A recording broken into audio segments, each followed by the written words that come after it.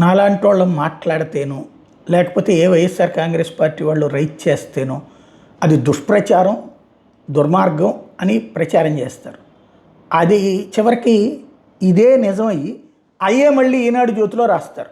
అప్పుడు గొప్ప డిటెక్షన్ చేసి రాసినటువంటి వాళ్ళు అనమాట. ఇది ఒక విచిత్రమైనటువంటి, నేను మొదటి నుంచి చెప్తున్నా, మద్యం దుకాణాలలో దోచేస్తున్నారు, వాళ్ళకి లాభం మిగిల్చడం మానేసేసి వాళ్ళని అవినీతి పరులుగా తయారు చేస్తున్నారు. వాళ్ళకి ఈ నాన్ పెయిడ్ లెక్కర్ అంటే పన్నులు లేనిది గోవా దగ్గర నుంచినో ఇతర రాష్ట్రాల నుంచినో తెప్పించి అమ్మిస్తున్నారు. ఇందులో ప్రజాప్రతినిధులే కీలక పాత్ర పోషిస్తున్నారు. ఇంకొకటి ప్రభుత్వం ఇస్తానన్నటువంటి 20% మార్జిన్ పోయి 9% చేసినటువంటి సిచ్యుయేషన్తో నానా తిప్పలు పడ్డారు. మొదట 5 తర్వాత 9 దగ్గరికి వచ్చి దానికి తోడు ఇక బెల్ట్ షాపుల పేరుతో డబ్బులు, అందులోనూ నాయకులకు వాటాలు, ప్లస్ చివరికి కల్తీ లెక్కర్ కూడా అదే. అంటే అందిన గాడికి దండుకోవడం, దోచేసుకోవడం అన్నట్టు. దీంట్లో మళ్ళీ ఎక్సైజ్ వాళ్ళ దోపిడీ మరొకటి. ఏది దూడ గట్టును మేస్తుంటే, ఆవు గట్టును మేస్తుంటే దూడ చేలో మేయదా అన్నటువంటి సామెత తరహాలు జరిగిపోయినటువంటి పరిస్థితి. ఇప్పుడు చూస్తే ఈనాడే రాసుకొచ్చింది ముడుపులు ఏ స్థాయిలో ఉన్నాయి అన్నది.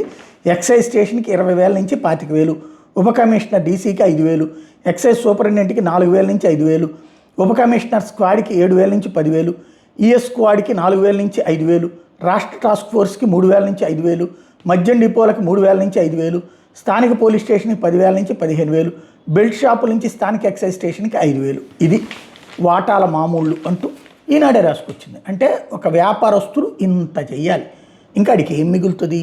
ఏం చేస్తున్నారు? అందుకని ఈ కల్తీ లెక్కర్ ఇచ్చి అమ్ముకోండి అంటే అమ్ముకుంటున్నారు. చివరికి ప్రభుత్వానికి ఆదాయం పోయి వీళ్ళందరూ ఇక్కడ ఈ ప్రభుత్వం వచ్చిన తర్వాత ఉద్యోగులు పండగ, వాళ్ళకి జీతాలు లేట్ అయినా డిఏలు రాకపోయినా సరే హ్యాపీ, ఇట్లాగా సొమ్ములు వస్తూ ఉంటాయి. కానీ నష్టపోతున్నది ఎవరు? ఎక్కువ రేటుకి మద్యం అమ్ముతున్నారు, మా ఎంఆర్పి కంటే ఎక్కువ రేటుకి అమ్ముతున్నారు. మొన్న రాజమండ్రిది ఆడియోతో సహా బయటకు వచ్చినటువంటి చూసాం. అట్లాగే కల్తీ లిక్కర్, ఓవరాల్గా లిక్కర్ అనేదాన్ని ఏడీవీడి అని ఎవడిదో వాడిదే దోచేసుకుంటున్నారు.